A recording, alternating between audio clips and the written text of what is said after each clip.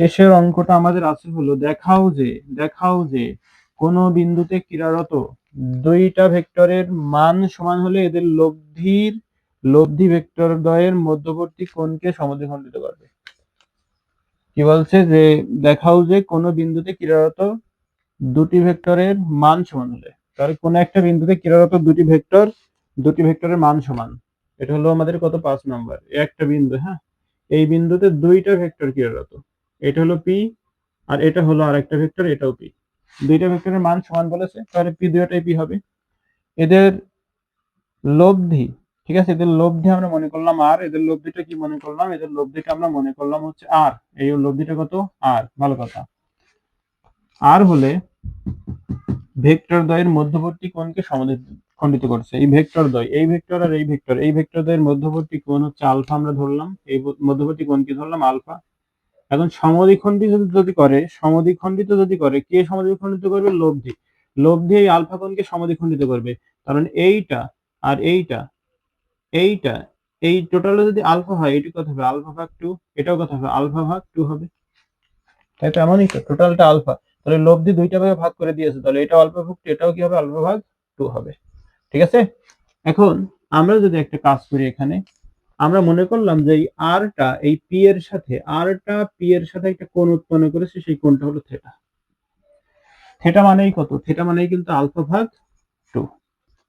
তাহলে এখন দেখো, আমরা যদি একটু দিক নির্ণয়ের সূত্রটা অ্যাপ্লাই করি, দিক নির্ণয়ের সূত্র, তাহলে কি হবে বলতো, tan থিটা ইকুয়াল কি হবে, কার সাথে আমরা থিটা কোণটা ধরছি, আমরা মনে করলাম আমরা পি এর সাথে ধরছি, আমরা কিউ এর সাথে এই পি এর সাথে ধরছি না।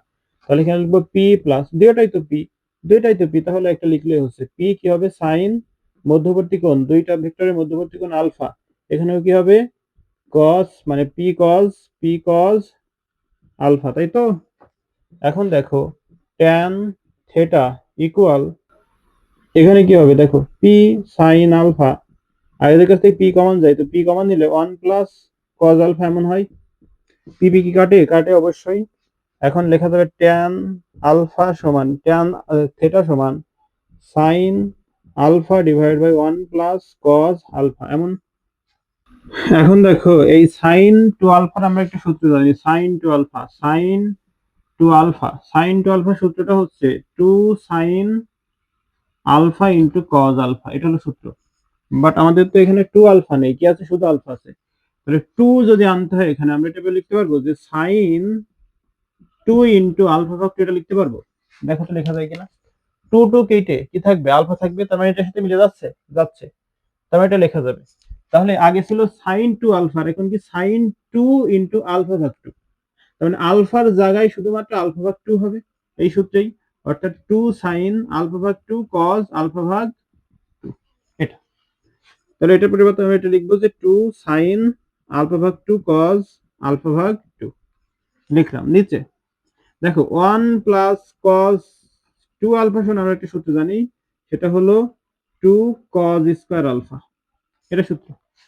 এখন আমাদের আছে 1 প্লাস কজ আলফা, কি আছে কজ আলফা এরকম আছে, তাহলে এর আগে 2 আনতে হবে, 2 যদি আনতে হয় এর 2 দ্বারা ভাগ করতে হবে এরকম ভাবে, তাই না, এভাবে ভাগ করতে হবে, তাহলে এটা কেটে আবার এটা আসা যাবে।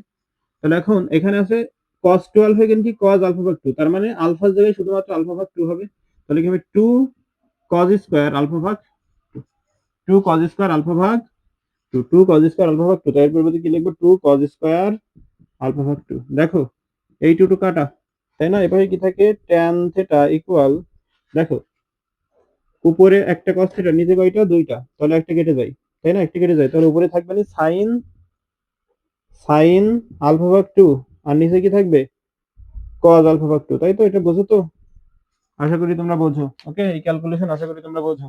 এই যে cos আলফা উপরে একটা নিচে দুইটা, তাহলে নিচের থেকে একটা কেটে দেওয়া যায়, তার মানে নিচে একটা থাকে, তাই একটা লিখেছি।